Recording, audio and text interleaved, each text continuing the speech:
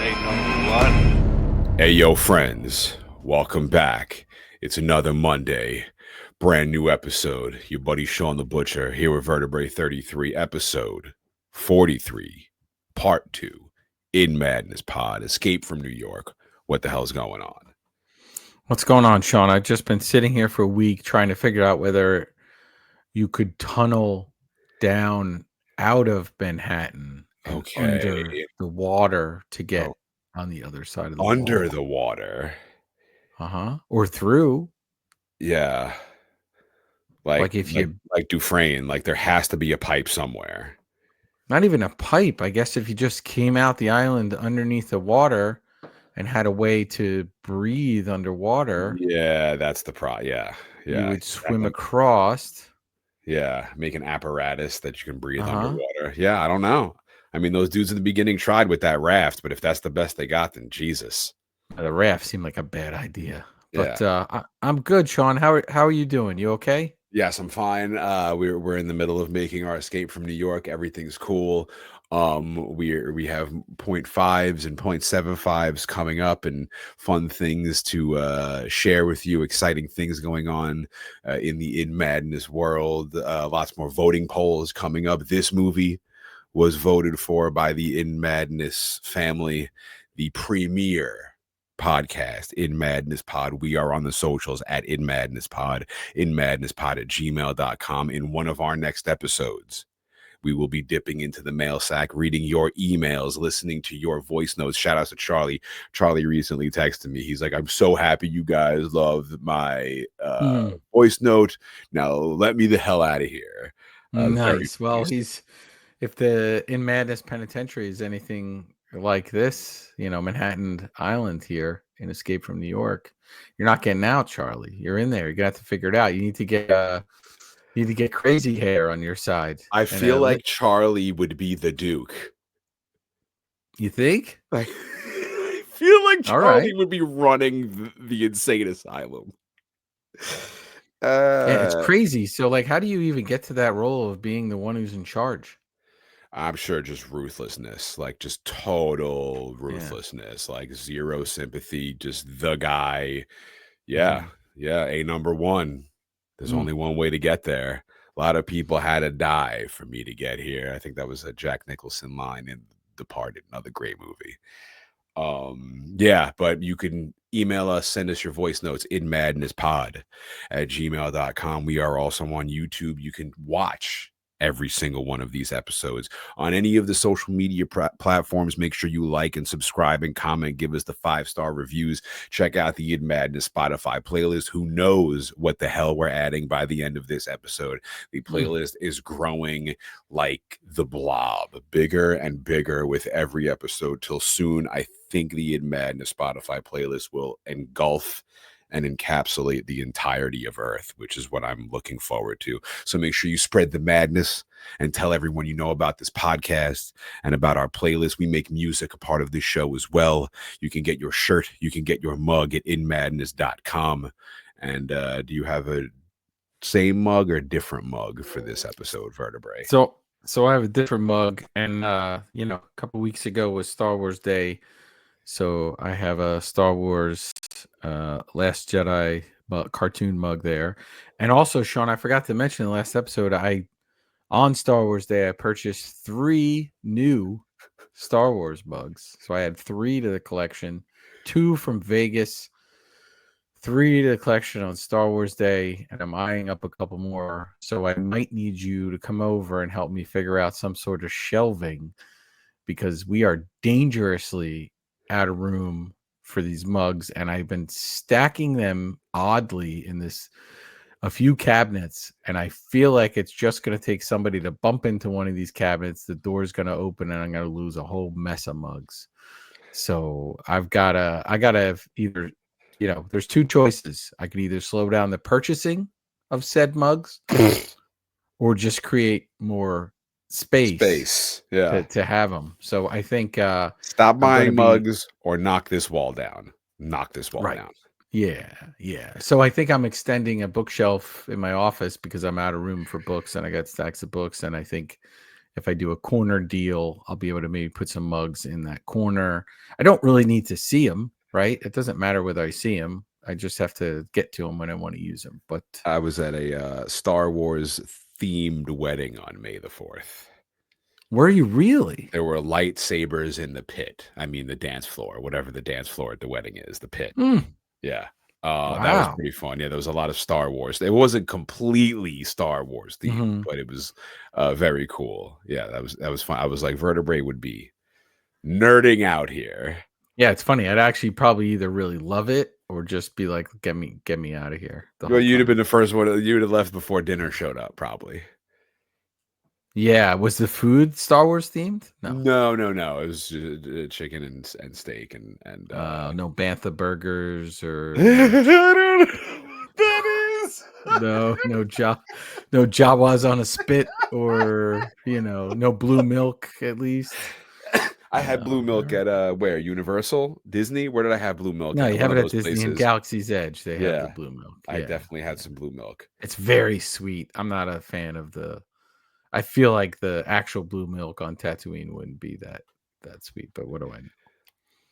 Shall we recap where we left off on our first episode of 43 Part 1, Escape from New York, voted for by the In Madness Maniacs? Yeah, I mean, listen, this is our third Carpenter film? Is it? So, oh yeah. Well, Halloween does Halloween 2 count? 2? Yeah, Yeah. Halloween Yeah, 2 he was counts. Okay. involved. Yep. So yes, this is our third Carpenter film, which is great. We are finally starting to feel like we can cover Carpenter, and eventually we will get to The Thing, and I think feel we like The have to get there Thing soon. Yes. will encompass that's like a 3 episode, Thing month? right? Yeah, Thing or month. more, Yeah. because I think that's just gigantic. There's a documentary that I did like the Kickstarter or whatever for that they've been working on, and when that comes out, we'll have to see, but maybe that's a good kind of I've been collecting a few little like weird little books about The Thing to I bet you have. just be ready for it. I start preparing for some of these episodes well in advance now, and got to buy all the goodies to go with it. But for this, and I didn't. It's in the other room. I forgot to bring it, but I have a hardcover book. It's the making of Escape from New York. It only came out a few years ago. We're gonna put it on the socials, and also it's a good chance to mention in our show notes every week we do a movie. Not only is there a link to buy our shirts, you certainly should go to inmadness.com. You can also get Vertebrae 33 merch there as well. But there's Amazon Prime links that are in there. So if you want to buy this film on Blu-ray or you want to order this really cool making of Escape from New York book, you can buy it there. And maybe Amazon will give us like 2 cents per purchase.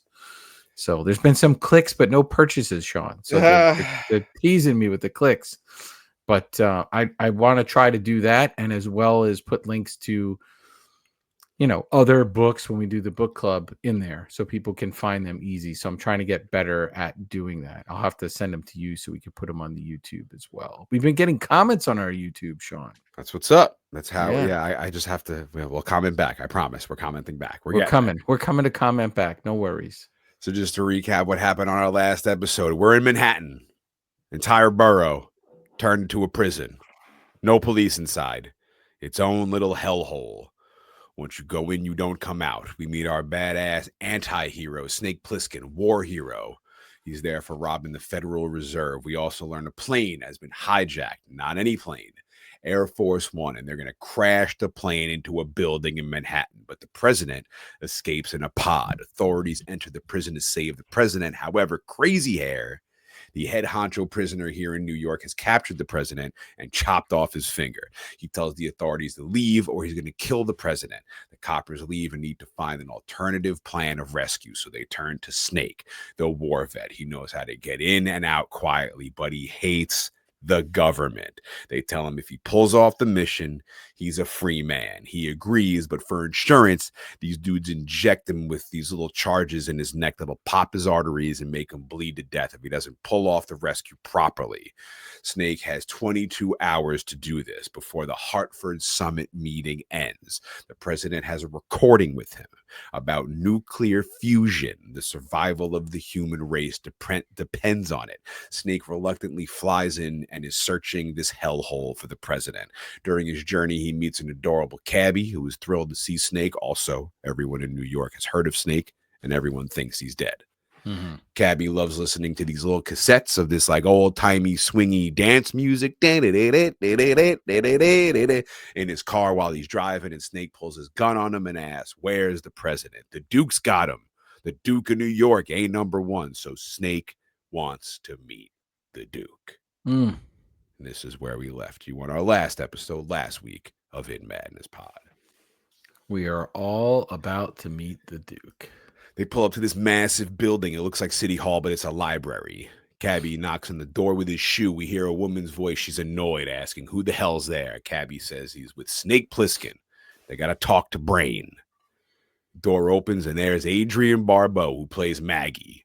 This little nightgown on. Her boobs are all out. She rules. She wants to know what the hell they got to talk to Brain about. Snake tells her he wants to meet the Duke. Cabbie tells Snake the Duke loves Brain, tells him Maggie is the Duke's gift to keep him happy. Gift to Brain to keep him happy. Maggie walks up to Snake with the torch and says, "I heard you were dead." Is that the third one?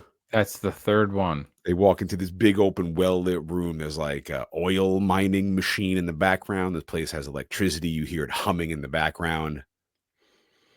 Brain for sure has the smarts to keep him living as close to normal as possible. So he's got a lot of power in this world. Well, he's doing the gas, right? He's getting the gas. So this is very similar to like Mad Max in this case, right? Like the gasoline is like super important. And that's what's probably running generators for power and fueling any vehicles they have as well. So, and Cabbie's Molotov cocktails, he must be buying gasoline from somewhere and to operate his cab. I think he said he gets it off Brain, actually. Mm-hmm. They find Brain, and Snake is surprised to see him. Harold Hellman. Maggie's surprised to know Brain's real name is Harold. Snake says, "It's been a long time. A man should remember his past. 4 years ago, Kansas City. Brain, you ran out on me. You abandoned me." Brain says, "You were late." Snake says, "We were buddies, Harold. You, me, and Fresno Bob. You know what they did to Bob?" And you know what's funny is I love this film, but boy, did they make this universe so small. Everybody knows him. Everybody This is a guy, the guy who that they're calling Brain, who's doing all this stuff with the gasoline and everything. And there's a right-hand man, the Duke, is also somebody that pulled a job with him once.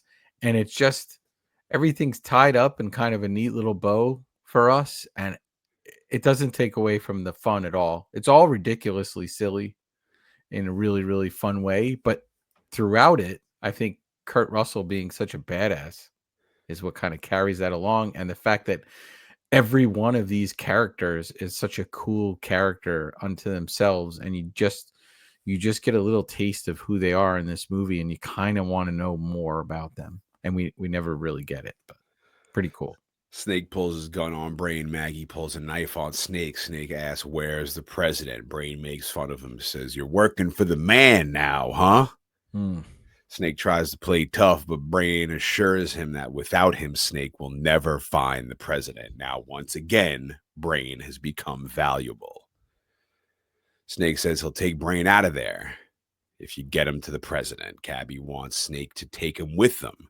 Snake tells him that soon the president won't mean a whole lot. Brain laughs, says, "You're lying, I could tell. Look at your face." But the entire time, Snake's face never changes. No. He pulls a gun on Brain and says if he won't help him, he's going to kill him. So Brain gives in. Snake says, "You always were smart, Harold." And Brain says, "Under one condition, don't call me Harold." They all leave this library. Snake asks Brain what he does for the Duke. "I make gas for him. I figure out things. Like how to get across the bridge, which is mined, but I know where the mines are. I've got a diagram." They're walking. They stop in their tracks. "The Duke's coming. Don't cross the Duke." Everybody knows that, and Cabbie runs off. Yeah. They all run off, and up rolls the Duke. Fucking guy's got chandeliers hanging on the outside of his car, a big ass disco ball hanging from the rear view mirror, crazy view obstructions while driving. And in the passenger seat, we see the Duke, Isaac Hayes, legend. And when you're originally watching this movie the first time before you meet the Duke, you're like, I want to be Snake Plissken. I want to be Snake Plissken. And then the Duke rolls up and you're like, wait, I think I might want to be the Duke. And then I think the third person you want to be is Brain, right? In that order. I think it goes in that order for sure. Yeah. I think Brain definitely. I'd love to be the smart dude who could just kind of like live easily. In the backseat of the car is Duke's crony, Crazy Hair. Duke has a bunch of backup, bunch of cars, buses, cronies following close behind him. Duke pulls up to the library because him and Crazy Hair head inside. They're looking for Brain. They want the diagram of the bridge with the mines. Brain is freaking out because now he's with Pliskin, and for sure he's going to get a spanking from the Duke. Snake says they got to get to the president now while the Duke is busy. Brain says they need a set of wheels because the president's on the other side of town. So Snake creeps up to one of these cronies, knocks the dudes out, steals the car, picks up Maggie and Brain, and they're on their way to save President Loomis, Donald Pleasance. It's also silly. Like he knocks these guys out with like Quietly. like quietly, like one shot. Like only in the movies when you watch this stuff, you just make pop and the person's like out cold. They don't even make any noise at all. It's Snake is Because just he's an a war assassin. hero. Yeah. Yes. He knows how to get in and out quietly. Yeah. Brain tells Snake to drive down Broadway. Maggie knows it's a bad idea, but Brain insists. Snake asks, what's wrong with Broadway? As he drives past a head on a stick. Mm-hmm. That always stuck with me when I was a kid. The head on the spike, I was like, whoa. That's some Predator stuff right there. They turn down the street and their entire car gets pummeled. People in the street just hucking all types of crap at the car, wrecking it. And it's kind of silly when you rewatch it. They're lined up on either side of the car. Like they're already all lined up, like where a car would go, but there's no other cars. What were they doing in that street before they went down that road? I also don't get, like, he's like, go down Broadway, and Maggie's like, no, and Brain's like, shut up, let's go down Broadway. But like, yeah, why? Like, he knows they're gonna get pummeled, so like, why, if that's the only car you have and you're making an escape, like if he's trying to screw over Pliskin, but like you're in the car with him, so I don't get why he sent them down Broadway. Yeah, and I think those people that are outside the car and attacking and throwing things at it, if that car stops, they're not going to be like, "Oh, that's Brain." Like I don't think they care. I don't think they're of that crew. I don't No. it doesn't. Yeah, I don't know. I don't understand this. Like they're all conceivably together as one crew and they just stand on that street and The wait Broadway for crew. somebody to come out. I don't know. On Broadway. What is that, Sir Mix-a-Lot? I mean, they're all like lined up. You're gonna add that to the. I mean, we might have to. Yeah, they're all lined up like perfectly, and when you rewatch it on either side, like they like even in the distance they're there. They're just I don't know. Maybe they got word that the car was coming or something. They can hear it. Yeah.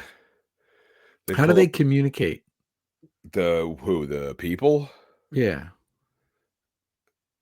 Besides, like how did they? Like a walkie-talkie? Like how did they? There's no cell phones. I'm sure they have a lookout system. The There's banging, no clanging, there's the no dude was clanging the telephones. pipes. Yeah, I guess so. But like, how do you get a message to somebody? I'm sure they could do that. Get like a person, like you have to send like a Paul Revere. Send a messenger. Yeah. Yeah. They pull up to a barrier of cars blocking them from going any further, and chasing after them are the Broadway psychos, but that won't stop Snake because he drives right through the barrier of cars and continues along his merry way.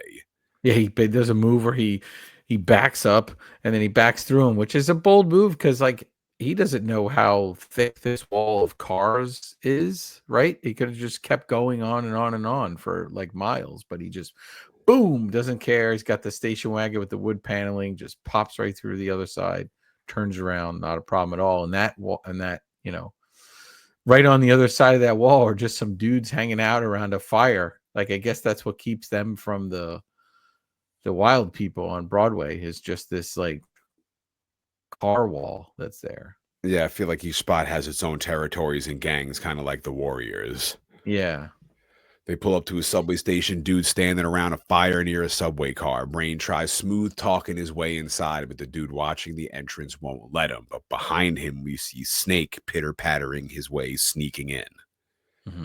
Inside, we see two dudes guarding the president. One of them comments how Brain's a real pain in the ass. He's always sniffing around like a dog. And the other jabroni says, yeah, but he comes up with the gas.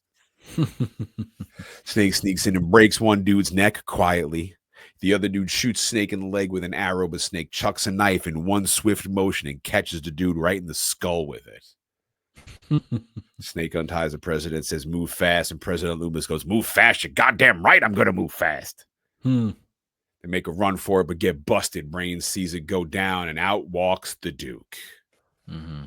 Friend of yours, Brain. He had a gun on me, Duke. There was nothing I could do. Doubtfully, the Duke walks away and goes, uh-huh.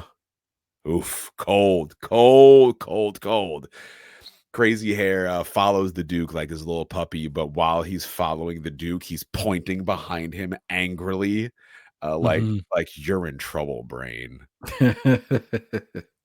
Duke asks Snake who he is, no answer. Duke grabs the arrow sticking out of Snake's leg and twists it and asks again, and Brain's like, it's Snake Plissken, Duke. The man sent him here. Something's going down. We need him. Duke knows Snake. Of course he does. Everyone knows Snake. Duke knocks Snake out and says, I heard you were dead. Number 4.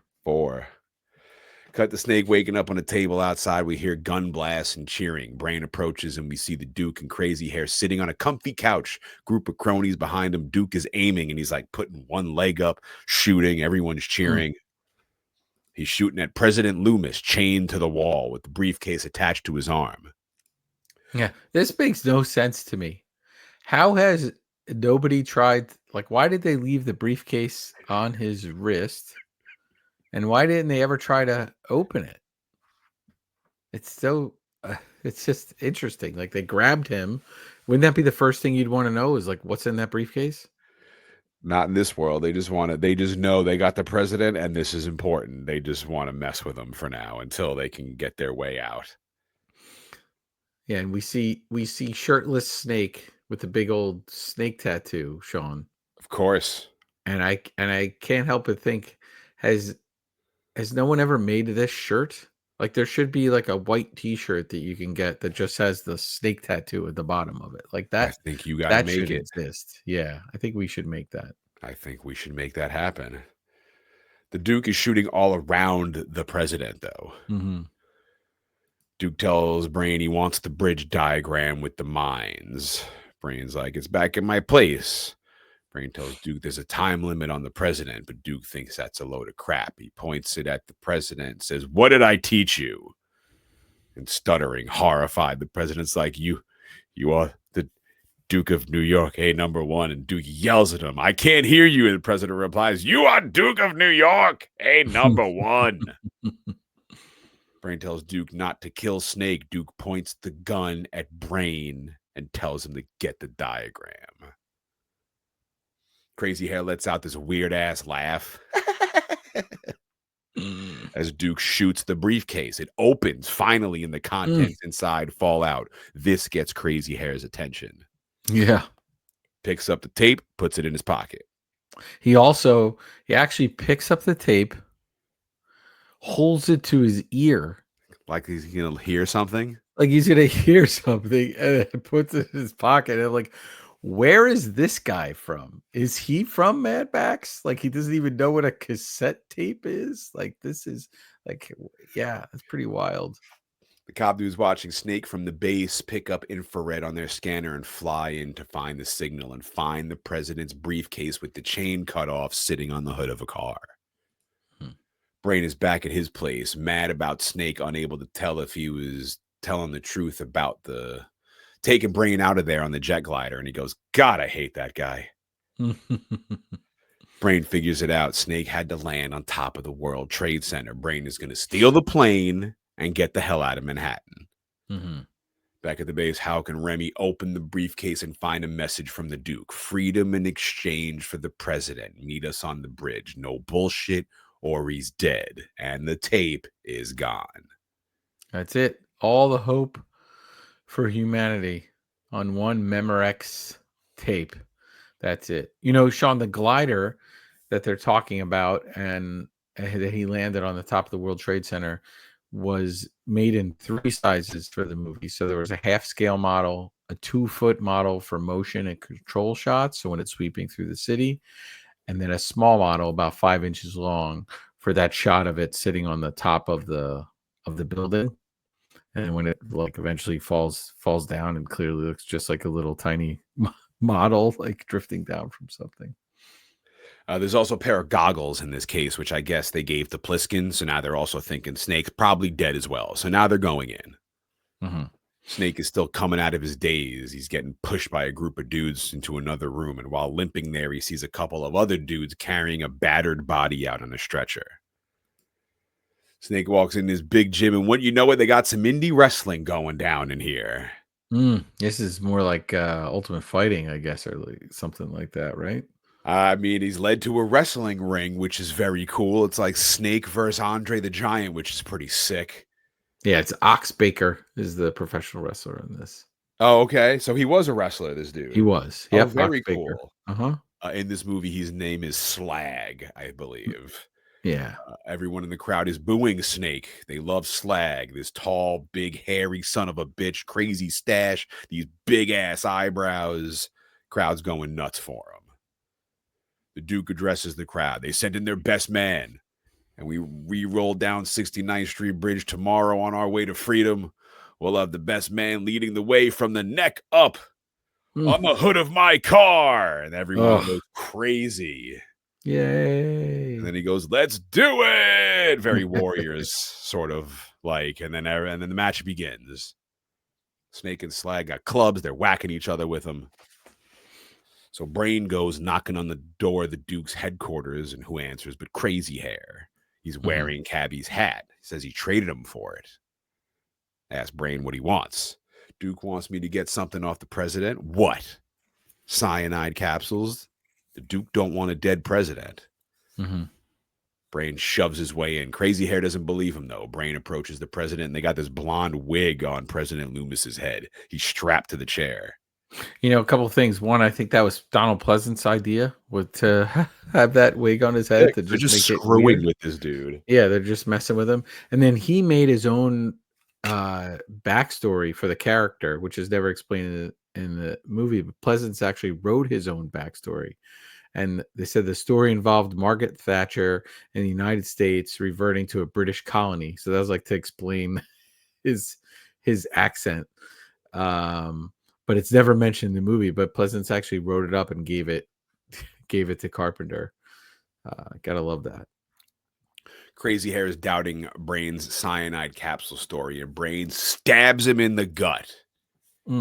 Badass Maggie whips out her gun and pops 3 bullets. Boom, boom, boom, and kills all the cronies.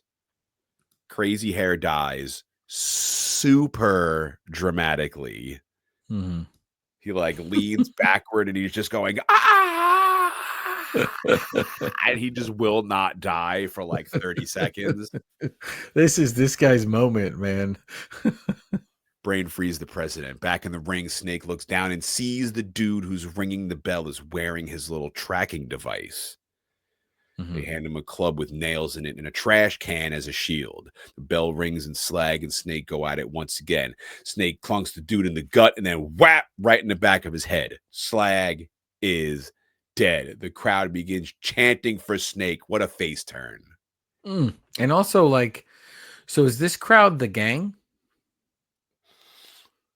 Like Duke's whole gang? Yeah, because he addresses them like we're going to be taking over 69th Street. Well, yeah, but I feel like I just feel like all of New York is like Duke's gang. I feel like if Duke drove down Broadway, they wouldn't be chucking shit at his car. I feel like Duke's like he runs everything and he runs everybody, and they may hate him, but they all have to follow him, or else like I'm sure he's just going to kill him.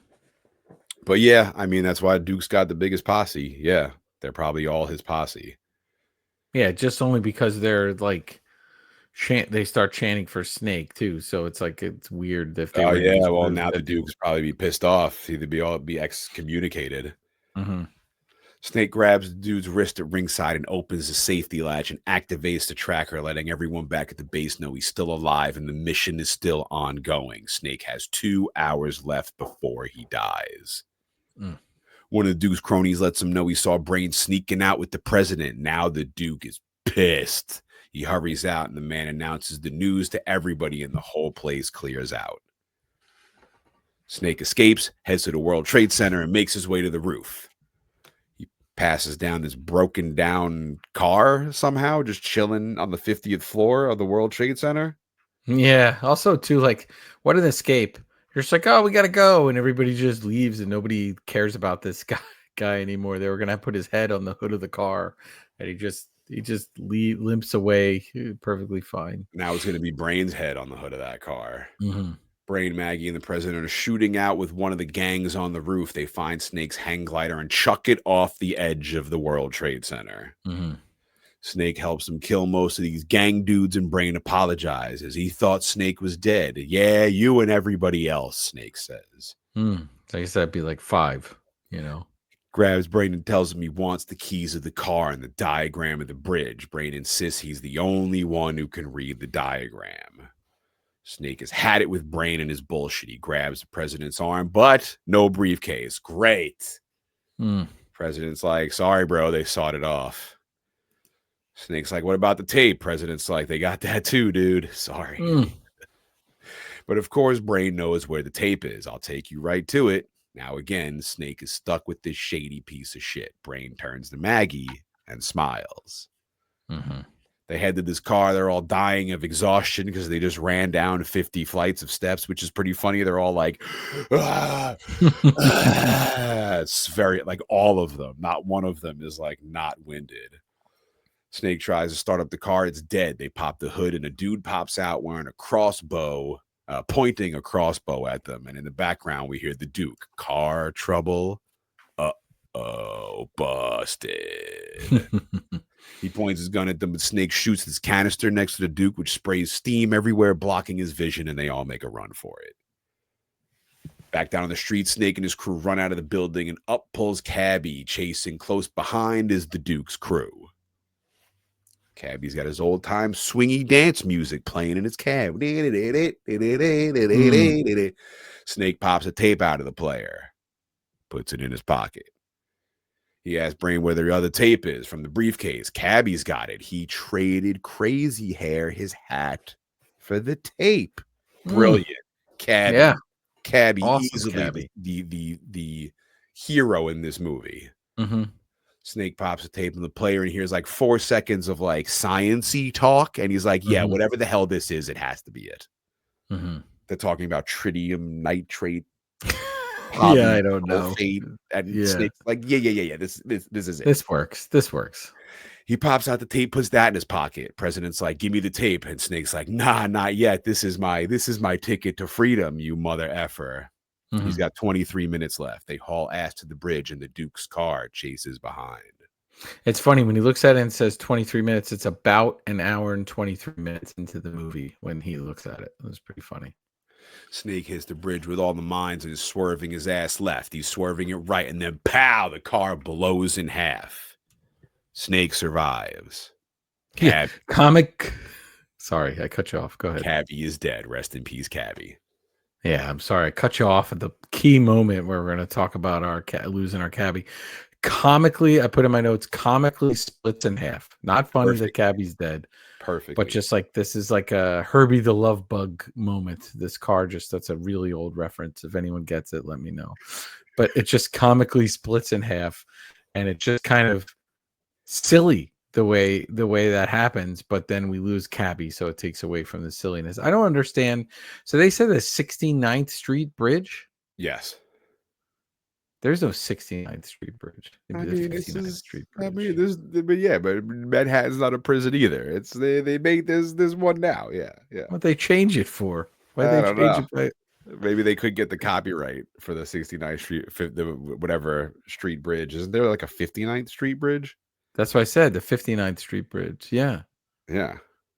Yeah. It's 69 in this one. But Yeah. I don't know why maybe they didn't know. Maybe 59's like, you're not getting this. No way. You got to pay us $1 million and 1.5 mil. And they're like, let's just make it the 69th Street Bridge. 69's a way cooler number anyway.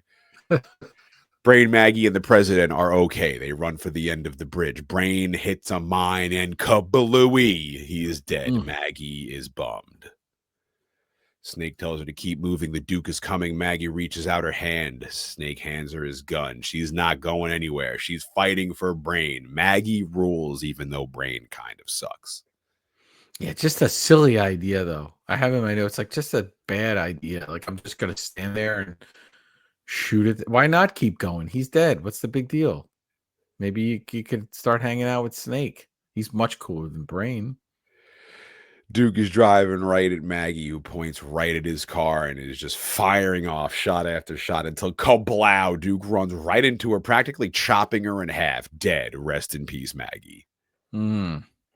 Hawk and Remy get intel that Snake and the president are coming across the bridge. They throw a bungee thing attached to like a winch thing or whatever it's called, attached to a truck to safely bring the president up the wall. And Shawn, when Maggie dies, they cut to her on the ground and there's all this blood all over her and stuff. They actually filmed that in their garage because they felt like they needed to have another kind of cut in there. So, he was married to her. So they just filmed it at their house and cut it into the movie. Great. That's hilarious. Snake's at the bottom. He's got 90 seconds left to live, but the Duke shows up with a gun and starts firing. Snake and the Duke battle it out. Snake punches him in the face and makes a run for the wall and grabs the bungee. He's propelling up the wall, but then it stops moving. Snake's like, what the fuck? I'm about to die here. And pop, pop, pop, pop, pop. There he is. Crazy ass President Loomis at the top of the wall, pumping 100 shots into the Duke. You're the Duke. You're the Duke. Hey, number one. He reactivates the lift.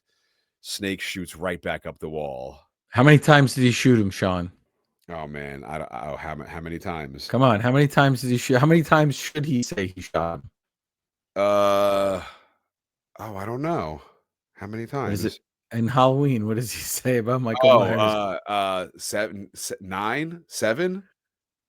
times. Was it 7? I think so. Yeah, I shot him 7 times. I think he shoots the Duke way more than 7 times. He reaches the bottom. Snake with seconds left. There's the doc with the x-rays ready to go to neutralize the charges so Snake's head doesn't explode. Before he can, Hawk steps in and asks, where's the tape? Snake hesitates and hands it over. Doc hits him with the x-ray zapper and Snake is saved. He looks at his watch to see how much time he's got left. 3, 2, 1. He just made it.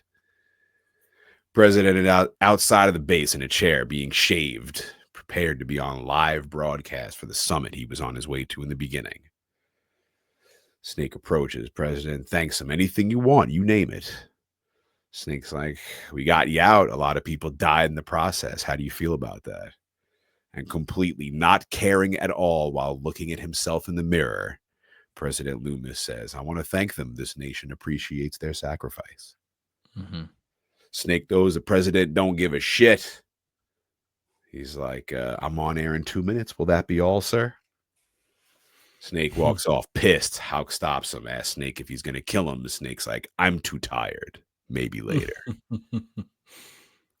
Hawk has another deal for him. He wants to think it over.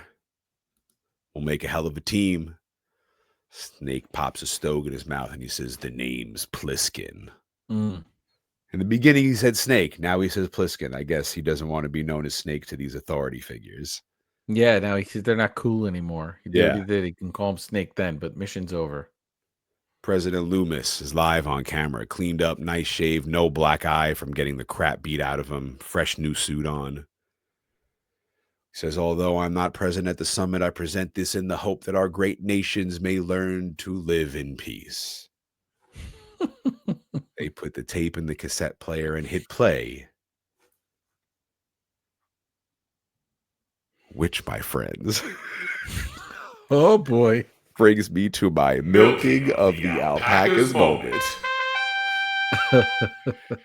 They hit play, and Cabby's old-time swingy music begins playing out Mhm. of the boombox. Uh-oh. Snake pulled the old switcheroo, the double cross. Mm.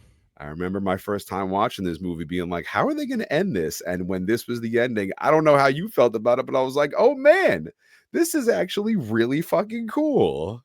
It was, but also like a weird choice for so if we jump forward, yeah, it's badass move and So certainly Snake's walking away, go he's ahead. smoking his cigarette, he pulls the tape out of his pocket, the real Mhm. tape, the president's tape. He begins pulling the tape out, ripping it out, his big middle finger to authority, to the entire world. He rips the last piece of tape out, chucks it on the floor, and walks off. Fade to black, hit the iconic theme song, the end. Mm. I was gonna say what a weird plan it is. I mean, it's not a plan, but he's conceivably testing out the president right then and there to see what he says about losing people. Mhm. And then when he doesn't get the answer he likes, he then, doesn't give him the real cassette Oh, tape, I guess. so you think that he was gonna give him the real cassette up until he saw that he really didn't give a shit. Yeah, because I don't know why he would care then if he's already made his decision to unspool the tape and throw it Yeah, away and yeah, not help yeah, anybody. yeah. And I feel like that was his one last chance. And then it's almost like, well, there is no hope for humanity. So what do I care? And I'm a survivor. So let everyone fight. Who cares if the war rages on? He can get by.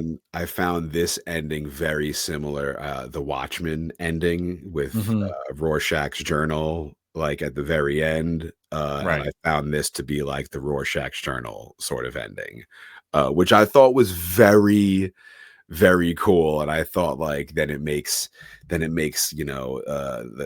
country look like idiots because that like old timey swingy music, and then the summit ends, and then the war rages on, and things get worse. And I think like Snake, he gets out of that base, and nobody sees him, and nobody Hmm. hears from him again, and he's like thriving during this war because he's a war hero. So like he can handle himself. He handled himself. He got in and out of the prison like Andy Right. Dufresne. Like he's not worried about being able to handle himself Yeah, despite this war. yeah, yeah. Sean, there is a novelization. And you know how much I love movie novelization. There's a novelization of this.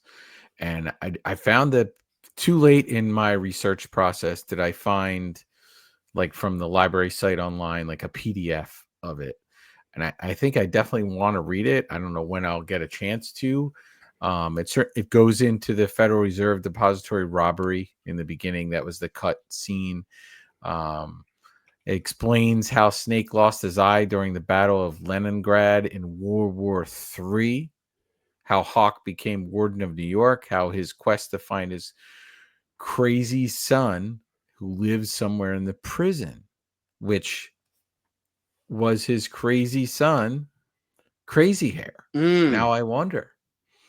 And it kind of fleshes out these characters a little bit more. And then it also explains that the West Coast is no man's land. And the country's population, it says here, is gradually being driven crazy by nerve gas as a result of World War III. Mm.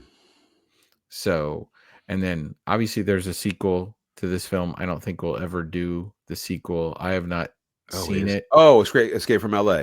Yeah, I Oh have yeah, not I've seen seen it it. several times. When I first got an illegal cable box in Queens way back in the day, Right. that was one of the movies that was on constant loop, and I Yeah. loved the Rob Zombie song "Escape from Mm. LA," and I actually bought the soundtrack. I watched the Nice. movie. I mentioned to you, I think I watched Escape from LA before. I definitely Yeah. watched Escape from I LA haven't seen it before in I watched years. Escape from New York.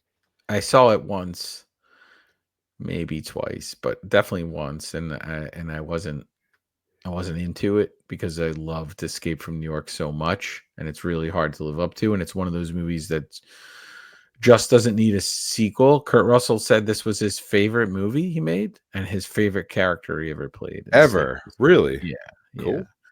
Um, and it does a cool thing where you want to get to know all these characters and their backstory and what's going to happen to them after and all of this stuff, but you don't. It just teases you with it. But I mean, I guess we get a little bit of that in the novelization, which I'm curious to read if I have a chance. But there's no audiobook for it. I was hoping there was an audiobook, but Did you get all your gnarly bits in for episode 43, part 2, chosen by the In Madness Maniacs, Escape from New York from John Carpenter? I did. And, if we do get to interview John Carpenter in the fall, do we ask if there was more than one cassette tape? Does he just kick me out of the room if I say that to him? I got a couple of Kurt Russell questions here for you. Some of them range from The Thing to Escape from New York. And specifically, why is it the 69th Street Bridge and not the 59th Street Bridge? We're like, Good God. Get out of here now. If he hears this, there's no way he's coming on. But we're gonna try. We are going to really try to get him on. I'm glad we hit another this was Carpenter really movie. It's Carpenter season, baby. Yeah, this was really cool. And I appreciate you taking us through the movie and anybody listening to it, and exciting things coming up for In Madness Pod. Appreciate you guys. We want to know what you thought of this movie or literally any movie we have been covering for the last 2.5 years on In Madness Pod. We have been just like hammering out movies. It is insane going through our like discography of movies. It is ridiculous. So check out any of our previous episodes and let us know what you thought. If you have any questions or comments or anything you would like to add on the socials at In Madness Pod, or hit us in the mail sack. We will be dipping in one of the next episodes, either the 0.5 or 0.75, inmadnesspod@gmail.com. Check us out on YouTube. Like, subscribe, comment, give us the 5-star reviews. Check out the In Madness Spotify playlist, which I think we added a new song to in this episode. I can't remember. I'll remember when I go back and listen to it. Happy In Madness Monday. We drop a new episode every single week, no matter what the hell is going on, no matter how insane things get. You have a brand new episode every Monday, so make sure you tell all your friends that Mondays don't suck anymore, because everybody can listen to In Madness Pod. You can get your shirt and your mug at inmadness.com. And with that, glad we got to do Escape from New York. That's very cool.